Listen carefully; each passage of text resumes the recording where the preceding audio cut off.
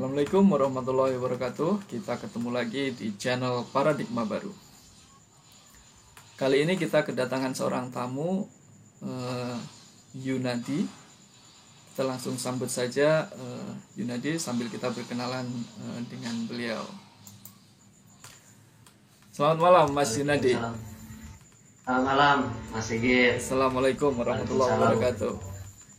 Waalaikumsalam warahmatullahi wabarakatuh. Kayaknya kurang bagus nih. Ini saya ulangi. Assalamualaikum warahmatullahi wabarakatuh. Waalaikumsalam warahmatullahi wabarakatuh Mas Sigit. Apa kabar? Sehat Mas? Alhamdulillah Mas. Sehat. Alhamdulillah ya. Excellent. Alhamdulillah. Ya, alhamdulillah. Jadi gini, kita itu pengen tahu ya, sebenarnya apa ini alasan utama Mas Yunadi meninggalkan Islam Jamaah?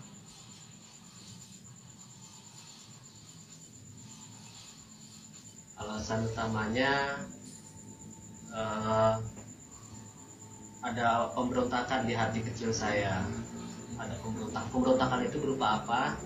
Ada di satu titik saya tidak setuju kalau di luar jamaah kami ini atau Islam Jamaah dicap kafir. Memangnya gini. Panggilan hati. Memangnya mereka yang di luar Islam Jamaah itu memang benar-benar dianggap kafir ya? Allah, iya, itu penyaksian saya, pengalaman saya dari saya kecil. Saya lahir di kalangan Islam Jamaah, di kala kedua orang tua saya sudah Islam Jamaah. Yang begitu yang saya dengar di pengajian-pengajian mereka, itu literally harfiah, mereka memang mengkafirkan orang Islam yang di luar jamaah mereka. Orang Islam yang belum berbaiat pada imam mereka. Itu fakta Mas. Wallah itu ya, jadi bukan isu, bukan fitnah atau seperti yang mereka katakan itu fitnah atau dalam buku resmi mereka, website mereka itu fitnah, itu tidak benar. Tapi itu bukan itu yang sebenarnya fakta yang terjadi. Itu memang jamaah kami ini mengkafirkan orang Islam yang belum berbaiat pada imam kami. Begitu. Jadi alasannya adalah tidak ingin mengkafirkan orang lain gitu ya. Tapi beneran alasannya itu bukan karena sakit hati sebenarnya. Bukan, saya bisa dikatakan misal saya tuh di kalangan Islam Jamaah itu berasal dari keluarga yang ditokohkan. Keluarga besar saya imam-imam daerah. Wak saya imam daerah Bandung. Ayah saya daerah Jakarta Selatan. Paman-paman saya imam desa. Di lingkungan saya Jakarta Selatan pun saya ibaratnya ditokohkan. Gak ada sakit hatinya, saya ditokohkan. Saya berasal dari keluarga yang diulamakan. Begitu. Bahkan saya diberi dapuan-dapuan ya seperti di organisasi, diberi dapuan mengurus remaja, muda-mudi. Jadi ketika saya perlu dapuan juga, saya udah punya dapuan, bahkan banyak sekali dapuan saya. Jadi bukan katanya karena orang yang keluar dari jamaah ini, bukan juga karena misalkan saya melamar wanita ditolak sakit hati, atau saya punya atau saya punya ambisi ingin jadi pengurus. Itu yang distigmakan di jamaah kami. Jadi yang keluar dari jamaah kami distigmakan seperti itu, entah itu sakit hati, dendam, ada kepentingan pribadi yang kandas. Saya nggak punya itu semua. Saya merasa ghina, bukan kaya dalam arti bukan kaya benda. Saya merasa cukup, segalanya cukup, nggak ada yang disakit hatikan, nggak ada. Saya nggak berambisi pada jabatan tertentu. Kalau secara pragmatis, ya nggak ada untungnya. Mendaku itu nggak ada untungnya, digaji juga enggak. ya kan? Capek, iya, nggak ada untungnya secara pragmatikal, itu nggak ada untungnya. Tapi kalau bisa saya nggak punya dapuan deh. Tapi kan Jadi sebenarnya karena konon yang saya dengar itu kalau di dalam jamaah itu diramut gitu ya, dari cabai rawitnya diramut, remajanya diramut, kemudian ketika mau menikah juga diramut, bahkan sampai meninggal pun diramut. Kira-kira apa tidak sayang gitu kehilangan kenyamanan yang seperti itu ketika antum memilih, memutuskan untuk meninggalkan jamaah ini?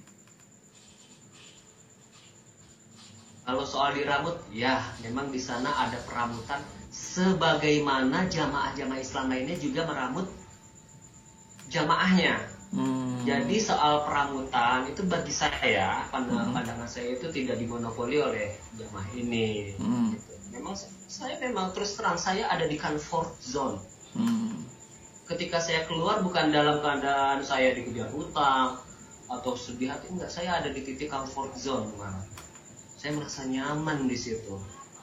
Tapi saya kembali ke prinsip, saya harus mendahulukan ghirah agama, kecemburuan agama. Ketika agama diselewengkan, saya harus mengedepankan itu. Jadi memang banyak yang saya korbankan, seperti saya udah kehilangan mungkin sahabat-sahabat dekat yang sudah menjauhi saya. Tapi kehilangan comfort zone sebenarnya itu bagi saya cuma ilusi gitu, ilusi doktrin. Ketika saya keluar, hidup saya baik-baik aja. Alhamdulillah ya. Alhamdulillah. Saya Tapi sebenarnya ada nggak sih dikit aja gitu penyesalan bahwa kenapa ya saya ketika memutuskan untuk keluar kemudian tiba-tiba saya dijauhi mungkin oleh keluarga, mungkin oleh orang-orang terdekat, orang-orang yang dulu sangat erat hubungannya dengan Mas Junadi itu. Kira-kira ada nggak sebenarnya penyesalan gitu sampai memilih keputusan atau mengambil keputusan yang seperti itu? Alhamdulillah enggak ya. Pertama, saya punya nuclear family atau keluarga inti yang nggak mempermasalahkan. Memang sempat awal-awalnya menyayangkan, aduh, keluar dari jamaah malah ibu saya sedih. Tetapi seiring dengan waktu berjalan, baik-baik saja. Keluarga inti saya, ayah, ibu, kakak adik kandung, nggak masalah, gitu. Di situ saya, jadi selama saya nggak kehilangan keluarga, ayah saya no problem gitu ya, kehilangan persahabatan, teman-teman lama gitu. Saya punya istri, anak-anak gitu, nggak menyesal. Dan ternyata pun dunia nggak sekecil daun kelor gitu. Alhamdulillah nggak ada penyesalan. Bahkan saya mendapatkan banyak pengalaman baru. Pengalaman baru itu ternyata dunia nggak sesempit tempurung yang sejauh ini yang saya tinggali. Ketika tempurung itu terbuka, saya keluar dari tempurung, saya lebih merasa dunia lebih luas.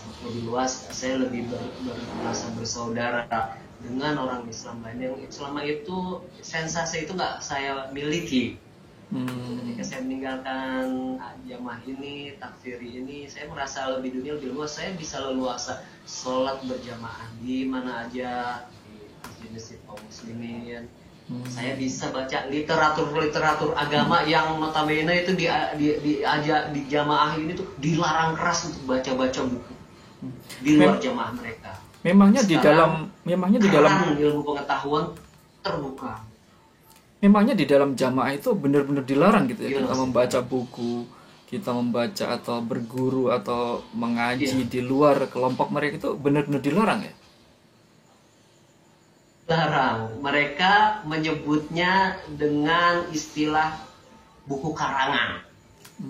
Stigmanya negatif. Jadi pokoknya semua buku-buku agama yang bukan terbitan mereka itu dipukul rata buku karangan. Stigma buku karangan itu gini ya, kata-kata diksi karangan seolah-olah seorang tuh ngarang-ngarang gitu. Padahal buku karangan itu adalah buku yang sifatnya ilmiah, bukan nggak ngarang liar, tapi bersandarkan Quran was sunnah juga dengan disiplin keilmiahan yang bagus juga, sistem sanad yang bagus juga, sistem referensial yang bagus juga. Nah, ketika saya keluar dari jamaah itu, alhamdulillah saya merasakan ilmu pengetahuan terbuka luas. Apalagi sekarang alhamdulillah kita hidup di media yang semuanya seolah dimudahkan oleh Allah untuk mencari ilmu pengetahuan. Elektronik, buku, e-book banyak, YouTube bisa diakses, rekaman ceramah tinggal pilih, kajian taklim yang misalkan face to face gitu, banyak tinggal pilih. Gitu. Jadi itu yang saya rasa. Jadi mereka melarang jamaahnya untuk baca-baca referensi yang bukan dari kitab mereka, gitu. Iya. Terus mungkin gini. Ya, saya punya teori. Kalau teori saya begini, ini seperti saya analogikan ketika zaman kolonial penjajahan Belanda. Setiap elit yang ingin menguasai objek kekuasaannya, itu pasti menginginkan gak mau yang dikuasai itu terbuka wawasannya. Dia dibiarkan cupet, dia dibiarkan picik, dia dibiarkan terus-menerus di dalam tempurungnya. Itu jadi ini semacam ada teori kendali sosial. Jadi pelarangan ini sebenarnya arahnya ke sana, supaya indoktrinasi bisa terus berjalan. Mada'u yang jamaahnya itu jadi mudah dikontrol. Teori saya seperti itu sebenarnya. Mereka sih menarasikannya ke jamaahnya, di luar jamaah itu nggak mangkul, ilmunya nggak sah. Narasinya narasi baik. Nggak mangkul, seolah-olah referensi dari luar itu nggak berilmu, sedemikian negatif. Itu ini citranya, begitu. Terus kalau memang seperti itu ya, ini kan agak kontradiksi dengan jargon-jargon yang mereka kembangkan gitu. Karena selama ini pengetahuan saya, mereka itu tujuannya murni masuk surga gitu, murni masuk neraka gitu, mengerjakan agama dengan murni, kira-kira bersih dari bid'ah, syirik, khurafat, tahayul gitu. Nah itu kok beda gitu dengan yang Mas Yuda disampaikan. Itu gimana Mas?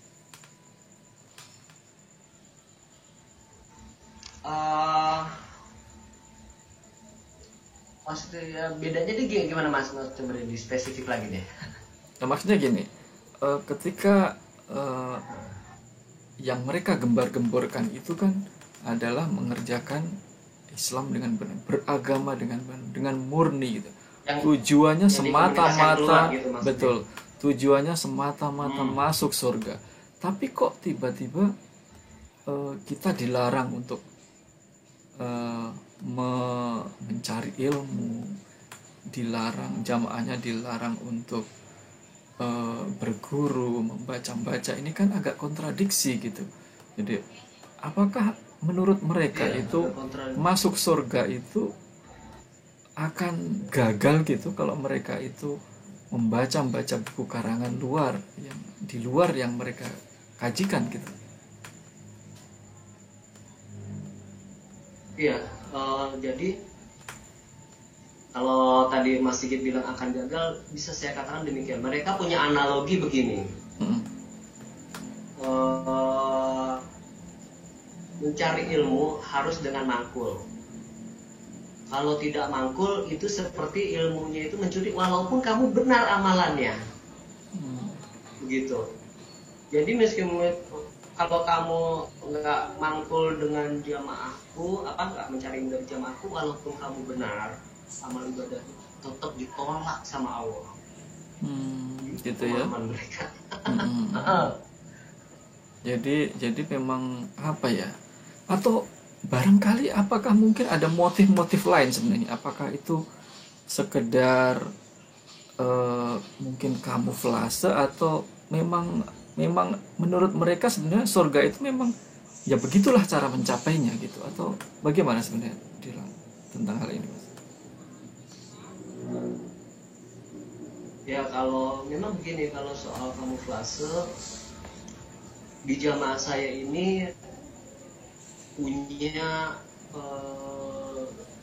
dua standar antara komunikasi ke dalam dengan komunikasi keluar. Jadi apa yang dikomunikasikan keluar ke jamaah kami itu tidak fakta di dalam jamaah itu. Kami menyebutnya ini dengan fatona bitona luhur. Gitu. Jadi motifnya mungkin ya, menurut saya itu. Motifnya menurut saya ini sih penguasaan massa ya, dengan nanti yang ujung-ujungnya ketaatan mutlak ketika seseorang sudah di jamaah inilah aku masuk surga, jalan tunggal masuk surga, selamat dari neraka. Ketika itu sudah masuk ke benak kita, membalung sumsum, menjadi mendarah daging dalam pikiran kita. Kalau ketika seseorang sudah di situasi psikologis seperti itu, akan mudah dikontrol, akan mudah menurut apa yang pimpinan katakan, gitu. Entah itu berupa permintaan harta, entah itu nanti di ajang politik harus milih politik tertentu. Oh, mereka main politik juga sebenarnya ya? Oh iya Mas, ini politik. Di balik ini politik. Oke. Saya ini nonton politik ini. Karena kan mereka selama ini gembar-gembornya agama ini kan beda, Bu. Tujuannya itu benar-benar murni masuk surga. Ini bukan masalah politik, ini bukan masalah parpol seperti itu. Tapi ternyata mereka juga main politik juga sebenarnya ya. Iya, mereka sebenarnya begini. Mungkin mereka mendefinisikan politik itu dalam definisi yang sempit, sehingga mereka tidak menyebutkan ini politik. Padahal kalau kita mengembalikan definisi politik yang lebih komprehensif, apa yang mereka lakukan adalah politik. Keamiran itu sia-sia Islamiyah dalam konteks kepolitikan itu sebenarnya. Cuma mereka menarasikan kepada jemaahnya ini bukan politik, jadi seolah-olah ini adalah murni agama. Kita tidak bisa meninggalkan politik. Semua yang berkaitan dengan kebijakan publik itu adalah politik. Karena nanti kalau dalam politik, dalam definisi yang lebih kecilnya lagi ya nanti ya buat jamaah-jamaah ini ya dipakai buat dagangan politik, bisa kan? Misalkan dalam satu pertarungan pilkada, pilih partai ini, ya jamaah yang sudah taat ya semuanya tinggal pilih. Nanti yang dapat untung kan pimpinan-pimpinannya dalam building politik itu. Menarik ya ternyata ya. Menarik ini sungguh-sungguh. Ternyata di luar yang mungkin selama ini banyak orang tahu ya. Ngomong-ngomong soal iuran atau iuran keanggotaan atau infak itu bagaimana kalau di jamaah Islam jamaah ini? Di jamaah ini tulang punggung dari pendanaan itu ada di isrun. Kami menyebutnya dengan istilah isrun. Isrun ya? Isrun itu berasal dari bahasa Arab yang mereka terjemahkan dengan 1/10. 1/10. Kata asyara 10 kan bahasa Arab. Isrun kan jadi 1/10. Maksudnya adalah jamaah-jamaah ini bayar 10% atau 1/10 dari pendapatannya bulanannya. Kalau gajinya 1 juta bayar setiap bulan berarti 100.000. Kalau mereka mengklaim punya jutaan orang, taruhlah kita paling angka realistis mungkin 2 juta orang. Angka realistis jamaah ini 2 juta orang yang sudah udah produktif secara ekonomi, tapi 100.000. Itu 100.000, setiap orang bayar 100.000, kaliin aja berapa miliar gitu. Mereka dapat, ya mereka jadi gitu. Kekuatan perekonomian mereka dari pajak, dari pajak yang mereka eufemisme itu penghalusan istilah, gitu. Tapi pada prinsipnya ini pajak, khuruj dalam bahasa syar'inya ini pajak sebenarnya, 10%. Gitu. Nah ini jadi problem juga ketika ini Isrun ini diglorifikasi sedemikian rupa sampai di titik kalau kamu nggak Isrun, kamu nggak Islamnya itu dipertanyakan, keimanannya dipertanyakan, bahkan mungkin sampai di titik kekafiran. Itu di titik pragmatis yang paling tinggi dari jamaah itu ini. Tapi eksploitasi ekonomi. Apa benar seperti itu? Maksudnya gini, kalau mereka itu tidak menyerahkan atau tidak membayar Isrun tadi, itu apakah mereka didatengin, kemudian diambil hartanya, atau kemudian kira-kira diteror harus bayar gitu, atau bagaimana sebenarnya? Ya kalau seseorang udah mulai kritis sama Isrun, udah mulai form Isrunnya misalkan nunggak gitu ya. Wah, ini pengurus sudah mulai. Itu tiap bulan ya? Penyerahannya tiap bulan itu ya? Iya, tiap bulan kami diberikan formulir. Formulir ada belangkonya. Kayak belangko SPP dong ya? Seperti itu ya, seperti SPP sekolah. Nanti ada buat ke pusat 10%. Pusat itu maksudnya ke 10% dari ke ibu kota jamaah kami lah, analoginya begitu. Okay. Kami punya ibu kota, gitu, kota suci kami, capital city-nya itu Bulungan Kediri sana. Oh siap. Nah, di sana pusat pemerintahan kami, di sana tempat imam bersemayam bersama menteri-menterinya, bersemayam ya, bendaharanya. Nah, uang itu dari seluruh Indonesia, setiap orang yang sudah berpenghasilan bayar. Sistemnya bayar dulu, nanti di strata paling bawah itu ada strata tingkat RT. Kita di jamaah kami menyebutnya kelompok. Nanti uang Isrun itu ditarik oleh bendahara level kelompok itu. Ditarik dalam berupa cash, bukan berupa transfer.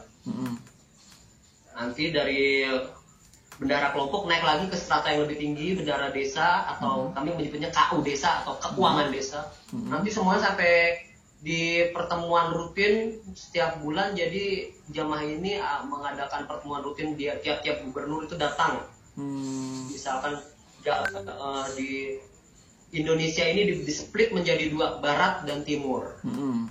Barat sentralnya ada di Bulungan Kediri. Timur ada di Pondok Gede. Pondok Gede Jakarta ya. Kalau untuk Indonesia, ya Pondok Gede Jakarta, nanti setiap bulan itu kumpul para gubernur, para imam-imam daerah. Oh, ada imam daerah juga ya? Titik-titik. Nanti saya terangkan stratifikasi pemerintahan mereka. Jadi kumpul setiap bulan. Untuk kawasan Indonesia Barat kumpulnya di Pondok Gede. Untuk Indonesia Timur kumpulnya di Bulungan Kediri. Itu momen itu juga dipakai selain buat instruksi rutin dari sang imam, juga dipakai untuk menghimpun dana-dana itu, dana-dana yang ditarik setiap bulan itu, dikumpul semuanya dalam bentuk cash, tidak dalam bentuk transfer. Jadi kekuatannya memang di dana yang sifatnya bottom up, dari bawah ke atas. Itu kalau diserahkan secara cash ya, misalnya kan cash itu kan banyak juga. Kalau misalnya 1 miliar itu kan mungkin ada sebegini ya. Nah itu kalau bermiliar-miliar diserahkan secara cash itu apa tidak akan menimbulkan masalah itu? dalam menyimpannya mungkin? Masalah. Bagaimanapun juga uang itu kan banyak ya Mas ya.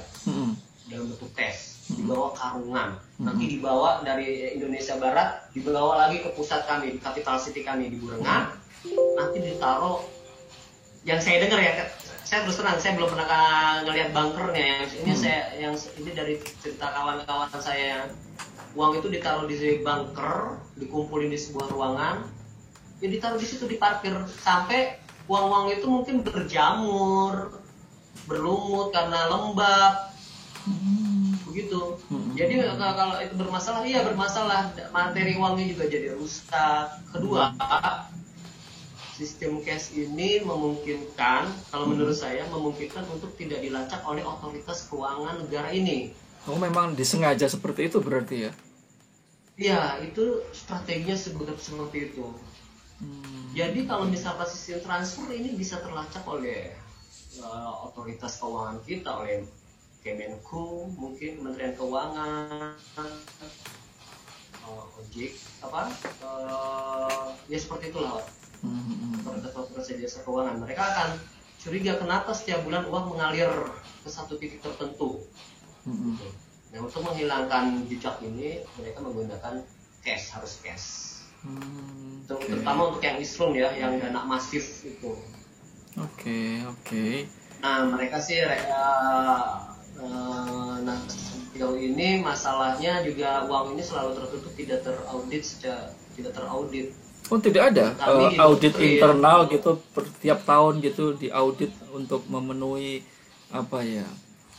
tingkat kepercayaan jamaahnya biar ada gitu, tidak ada laporan sama sekali gitu? Nggak ada. Itu benar-benar tertutup. Jadi ketertutupan ini membuat potensi penyelewengan dana umat atas nama agama, gitu. Jadi tidak pernah diaudit, dan kami bahkan didoktrin bahwa uang-uang yang terkumpul ini itu adalah milik imam, gitu. Jadi dan jamaahnya tidak bisa bertanya-tanya tentang penggunaannya, begitu ya? Iya, karena juga posisi imam juga sangat sakral di mata dan batin kami, orang yang suci, orang yang mensahkan keislaman kami, seolah-olah adalah kekurangan ajaran, berani-beraninya tidak percaya sama Bapak Imam. Itu ya, menurut saya itu yang psikologis dalam jamaah kami. Itu karena posisi imam yang sedemikian sakral, jadi kami merasa tabu untuk suuzon, seperti ya udah kita akhirnya husnuzon aja lah, ini jamaah banyak kebutuhannya, banyak keperluannya. Tapi jangan-jangan memang sebenarnya uang itu dibagikan ke jamaahnya tanpa sepengetahuan jamaah, meskipun tidak dilaporkan, mungkin ya ini mungkin juga dikasih untuk sebagai bansos mungkin, atau sebagai bantuan-bantuan yang lainnya. Jadi sebenarnya uang itu mungkin tidak dikuasai, mungkin untuk bangun masjid, untuk bangun pondok, untuk bangun apalah begitu. Jangan-jangan memang seperti itu gitu. Memang itu nggak saya pungkiri. Setiap jamaah itu pasti punya keperluan. Setiap ormas pasti semua punya keperluan. Termasuk jamaah saya ini, itu nggak saya pungkiri. Tapi ada teori begini. Kalau kamu mengambil 5, pakai 2 yang buat kepake, 3-nya digelapkan. Orang akan melihat 2-nya ini seolah-olah terpakai. Nah, ini karena ketertutupan ini, kalau menurut saya secara hukum keuangan akuntansi adalah lazim kalau kita curiga. Kalau kita kebalikan dengan hukum-hukum akuntansi keuangan seperti itu, ketertutupan ini kan wajar untuk menimbulkan pertanyaan. Dan ini bertahun-tahun nggak ada keterbukaan, tertutup, benar-benar tertutup. Begitu. Kalau dia dipakai pembangunan pesantren-pesantren memang dipakai buat beli kendaraan operasional, untuk transportasi, itu memang ada. Cuma kita nggak tahu nih, misalkan dari 10 miliar yang sudah didapat, bisa aja kan untuk narasinya dipakai 3, 7 gelap kan kita melihatnya 3-nya ini akhirnya. Kalau ada dia dia menuding, wah kamu seuzon, itu bukan seuzon kalau menurut saya, logis itu ya, ada pertanyaan seperti ini, karena ketertutupan itu. Jadi ini supaya nggak terjadi penzoliman massal ya menurut saya. Bagaimanapun juga ini kan dana umat yang harus dikelola dengan baik. Kalau saya nggak masalah ya kalau mereka memang ridho ngasih ke amirnya, selama memang ada keterbukaan kalau menurut saya. Jadi jamaahnya nggak dizolimi, nggak ada penzoliman massal dan dana-dana masyarakat. Jadi ketertutupan ini bisa jadi sebenarnya ujung-ujungnya ya jamaah ini eksploitasi ekonomi itu yang tertingginya itu kalau menurut saya. Jadi jamaah didoktrin, jamaah kami satu-satunya jalan tunggal masuk surga. Pokoknya konsep diri jamaah ini dilambungkan setinggi-tingginya. Kami ini dijamin masuk surga, di luar neraka. Kami ini gurunya jagat. Gurunya jagat itu maksudnya gimana tuh, Mas? Kalau bahasa sebenarnya semboyan dadio gurunya jagat. Jadilah gurunya alam semesta. Oh, jadi jamaah jamaah Islam jamaah ini ingin menjadi atau mengklaim sebagai gurunya seluruh dunia begitu ya? Ya, seperti itu. Kalau secara bahasa seperti itu. Itu kan membuat siapapun yang dipuji seperti itu pasti ada self konsepnya melambung tinggi gitu kan. Dipuji seperti itu yang mengakibatkan dia betah dalam jamaah ini. Karena self konsepnya, psikologisnya dilambungkan seperti itu, bahwa kamu ini ahli surga, kamu ini gurunya jagat, seperti itu. Ini elit mereka ngerti psychological engineering-nya, gitu. Terus sebenarnya dengan klaim yang sangat luar biasa seperti itu, sebenarnya pernah nggak sih ada semacam dialog, ada semacam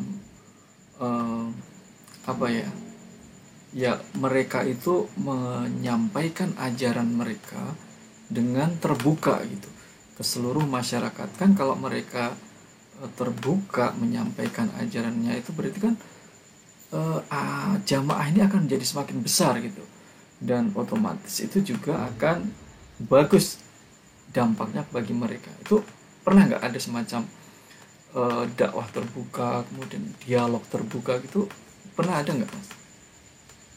Nggak pernah ada. Semua ajaran internal hanya buat intern. Ketika jamaah ini harus berkomunikasi dengan pihak luar, misalkan MUI, DEPAK, atau government, mereka akan mengkomunikasikan yang baik-baik aja. Enggak, kami nggak mengkafirkan, enggak, kami nggak punya imam yang dibaiat, enggak. Jadi mereka sangat merahasiakan ajaran ini jadi khusus untuk intern. Saya punya hipotesa lagi, bahwasanya ketertutupan ini juga sebenarnya bermanfaat untuk melindungi dari kritik sosial, dari pengawasan sosial. Coba deh kalau kita berani di luar, misalkan mereka punya doktrin la Islam illa bil jamaah wala jamaah illa bil ta'ah, yang seperti itu, dikomunikasikan keluar secara gamblang, tidak jamaah kafir, tidak jamaah tidak se-Islam. Apa yang terjadi? Feedback dari masyarakat perlawanan. Mereka tahu ajaran mereka kontroversi. Terutama saya nggak menyalahkan ini ya jamaahnya, bagi saya mereka awam. Ini ada intelektual di tingkat elit yang memainkan seperti ini. Jadi sengaja ditutup untuk menghindari kontroversi di tengah masyarakat. Kalau kontroversi ini kayak kotak Pandora, once kotak Pandora ini kebuka, keluar semuanya. semua kontroversi mereka akan diawasi oleh masyarakat, mereka bisa survive. Jadi untuk survivalitas mereka supaya mereka tetap eksis adalah kerahasiaan. Tapi Jadi, kalau mereka merahasiakan, kerahasiaan, ya silakan dilanjut. nah, menurut saya jadi antitesa dari kerahasiaan adalah pengungkapan. Jadi untuk mendakwah pada mereka harus diungkap, karena pokok guru survivalitas mereka adalah kerahasiaan. Kerahasiaan itu harus dilawan dengan lawannya, yaitu keterungkapan. Jadi harus diungkap. Nah, keterbukaan, dan ini hanya bisa dilakukan oleh mantan-mantan jamaahnya. Keterungkapan ini.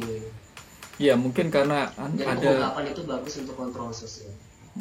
Karena kan ada sebagian pihak mungkin yang menilai ya bahwa bagaimanapun itu kan suatu aib gitu, misalnya ya aib dalam tanda kutip, aibnya umat Islam gitu. Kenapa kok begitu diumbar-umbar, dibuka-buka, itu kan justru akan menyebarkan aib gitu, dan itu mungkin ghibah gitu.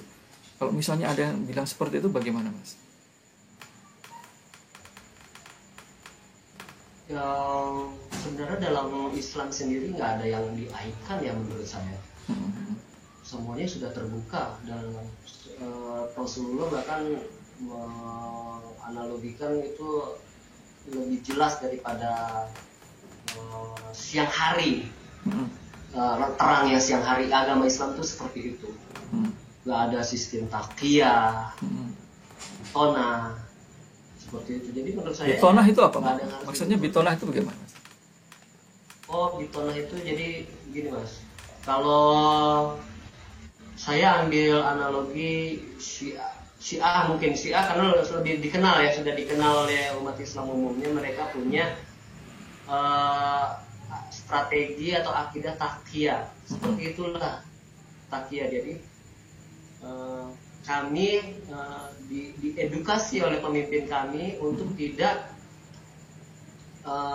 mengkomunikasikan keluar apa yang dirahasiakan dalam jamaah kami. Jadi tertutup semua gitu ya? Apa yang dirahasiakan tutup. Jadi bahkan ini jadi pious lying. Pious lying itu kebohongan yang soleh, seolah-olah seperti itu. Jadi kebohongan itu disolehkan. Kebohongan itu jadi ibadah. Jadi kebohongan jadi culture, karakter jamaah kami, di mana kami melakukan kebodohan itu dalam rangka ibadah. Jadi sudah di titik ironi seperti itu. Karena memang menjaga kerahasiaan jamaah kami itu doktrin utama. Jadi mungkin semacam mungkin kalau saya sih jatuhnya itu jadi semacam kayak sekte gitu ya, terbuka tertutup dari lingkungan sekitarnya, mengasingkan diri di kotak mereka sendiri, di tempurung mereka sendiri, begitu Mas ya? Saya nggak keberatan dengan sebutan itu ya, definisi sekte. Ini memang sudah bisa dikatakan sudah masuk definisi sekte. Mungkin fisik-fisik mereka bisa berbaur gitu dengan masyarakat, fisik-fisik mereka. Yang eksklusif itu adalah pemikiran dan akidahnya. Kalau mereka bisa, misalkan mereka dituding kamu eksklusif, simple metodenya kita gotong royong sama masyarakat. Kami nggak eksklusif, kami terus ngadain donor darah, misalkan bukti kami vaksin COVID. Sebenarnya bukan itu yang disasar, bukan fisiknya, tapi batinnya. Ada keterpisahan dengan umat Islam lainnya, keterpisahan dengan garis iman dan kafir, sudah di titik itu. Jadi bukan keterpisahan mazhab. Mungkin kalau mazhab, keterpisahan mazhab itu masih sehat kalau bagi saya ya.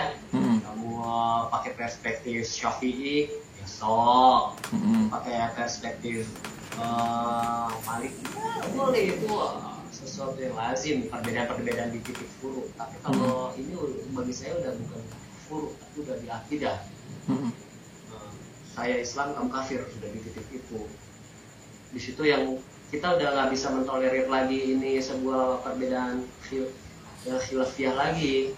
Tapi udah akidah yang mungkin sebagian mantan jadi merasa bertanggung jawab secara sosial untuk mengcounter ini. Baik. Menarik sekali rupanya ya ini jamaah yang satu ini. Dan konon kananya pemerintah ini reaksinya dengan jamaah ini bagaimana sih? Artinya mereka benar-benar tahu tidak dengan keberadaan mereka yang mungkin menimbulkan konflik-konflik sosial di masyarakat yang bisa membahayakan stabilitas negara. Itu sebenarnya pemerintah sendiri bagaimana terkait hal ini?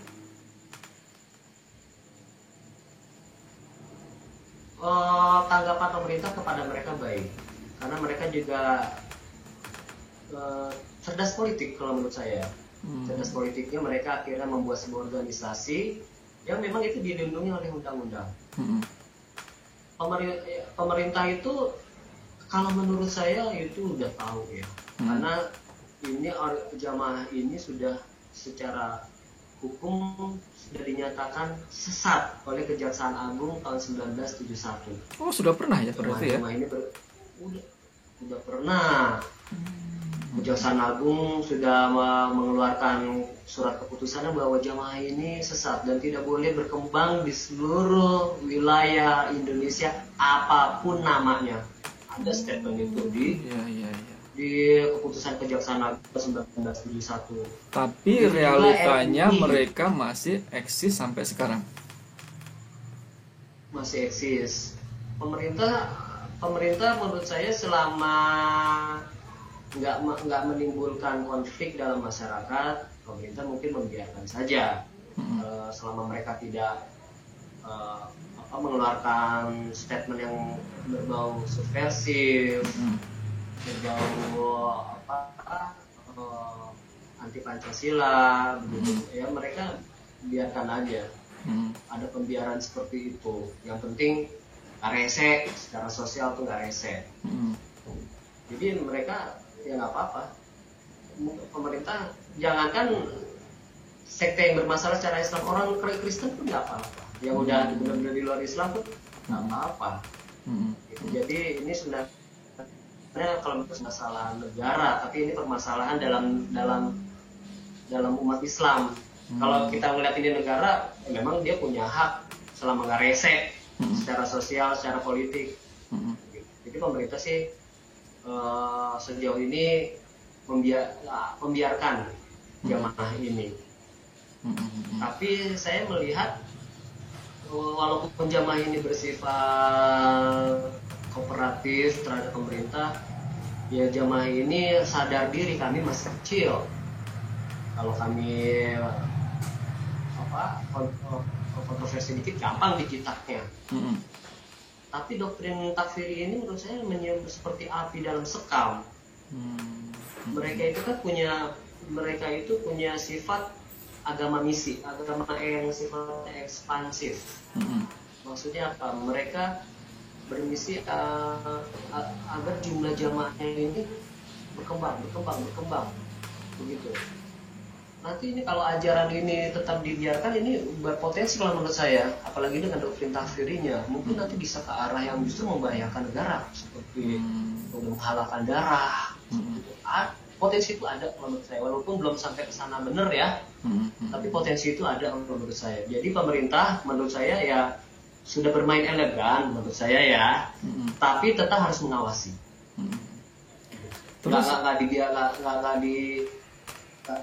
Nggak di trust begitu aja, dipercaya nggak, tapi harus tetap diawasi, diasistensikan oleh dengan mantan-mantannya mungkin lewat instrumen MUI. Dan saya sih lebih setuju memang kita persuasi baik-baik, dakwah baik-baik, untuk kebaikan di NKRI juga. Insya Allah dakwah persuasif itu lebih efektif kalau menurut saya. Tapi di luar yang tadi ancaman yang bisa saja sewaktu-waktu mungkin muncul ya, apalagi nanti apabila diguyur oleh pihak-pihak yang mengetahui persis bahwa mereka punya ideologi takfiri yang dengan mudah akan direkrut untuk mengembangkan misi-misi mereka, meneruskan ide-ide mereka. Di luar itu, apakah dalam saat ini di luar itu ada konflik-konflik di antara masyarakat akibat dari doktrin takfir yang mereka miliki saat ini? Kalau konflik dengan masyarakat enggak ya. Mereka punya doktrin semboyan fatonah, bitonah, budi luhur. Jadi mereka tetap akidahnya memang takfiri, cuma mereka tetap mengembangkan image making dalam public relation. Itu ada Islam image making untuk membuat image yang baik, citra yang baik itu dengan berbuat baik terhadap. Memang ada beberapa konflik di beberapa daerah, tapi itu minor kalau menurut saya ya. Justru konflik yang sering terjadi adalah konflik dengan mantan jamaahnya sendiri. Gitu. Kalau dengan jamaah orang luar mereka nggak saya dengar ya. Memang terdengar ada beberapa persekusi, tapi itu minor menurut saya. Mereka memainkan teknik sosialisasi yang bagus. Walaupun untuk fatonah bitonah budi luhur, tapi konflik masyarakat yang terjadi justru dengan mantannya sendiri. Karena gimana ya, mantannya itu dicap murtad. Jadi perdebatan yang terjadi ini justru terjadi dengan mantannya sendiri. Sampai mantan itu mengalami persekusi, ancaman pembunuhan, pengusiran,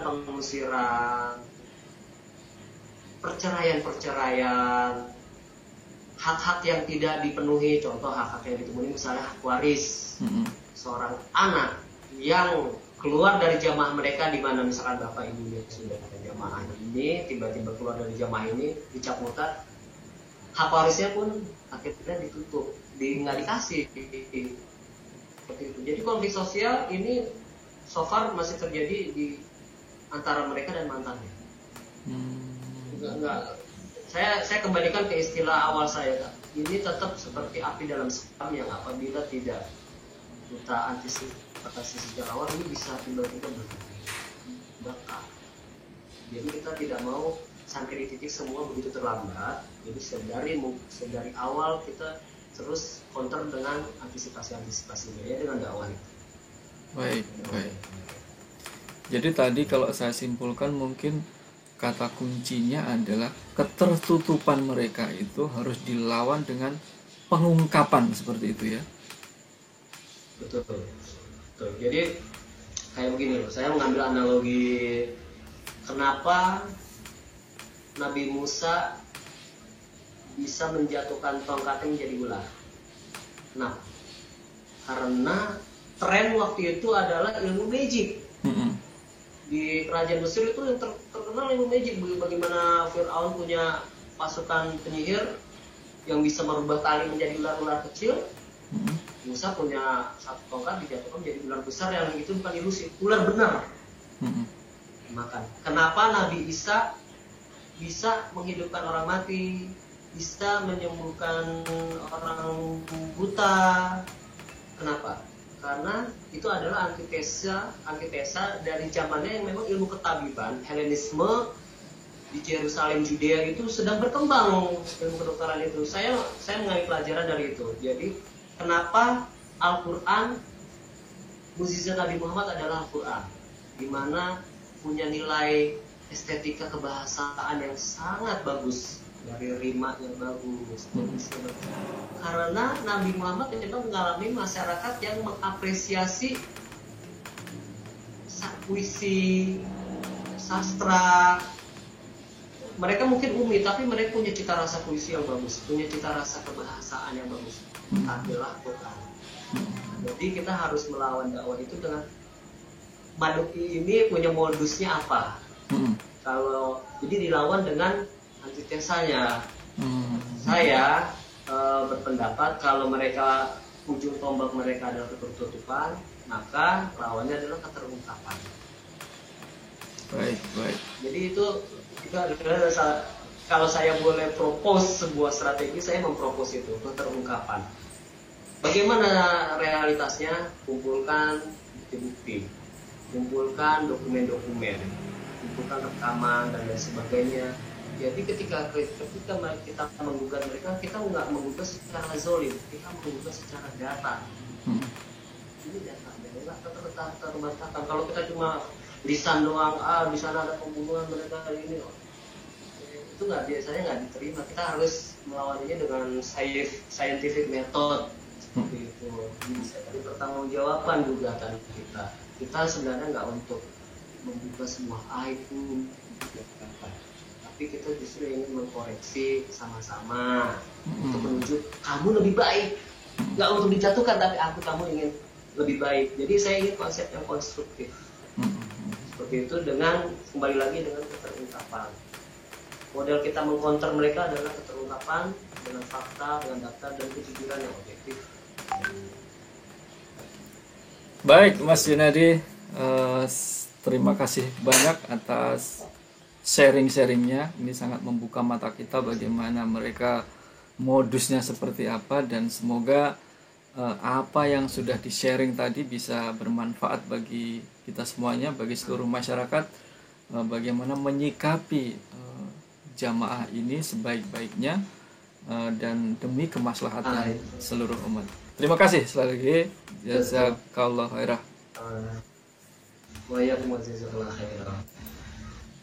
Demikian tadi bincang-bincang kita dengan Mas Junadi. Semoga membawa kebaikan buat kita semuanya. Dan jangan lupa like and subscribe, share juga channel Paradigma Baru. Assalamualaikum warahmatullahi wabarakatuh. Waalaikumsalam. Oke Mas. Lumayan Mas, berapa lama tadi? Nah, ini udah record ya? Ya udah tak record.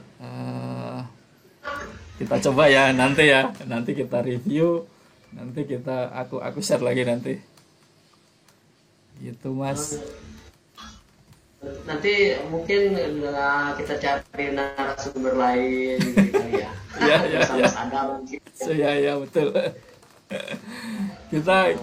Nanti kita konsepkan grup gitu, jadi kayak apa ya, kayak talk show. Iya gitu, betul. Jadi ada 2 orang. Gitu. Ya ini prototype aja lah, pilot project. Sip. Thank you Mas. Ini aku lihat, nanti habis itu aku share lagi seperti kemarin ya. Tapi mudah-mudahan nggak ada ini ya, nggak ada kendala teknis. Kemarin kan sempat itu ya Mas ya. Menit pertama masalah Mas Sigit nggak keluar. Iya makanya. Tapi mudah-mudahan keluar. Ya. Oke Mas, sampai ketemu besok ya. Nanti tak hubungi lagi nih. Sigit, oke. Ya. Saya tunggu di Google Drive-nya kalau gitu. Siap. Ya. Assalamualaikum. Oke. Waalaikumsalam warahmatullahi.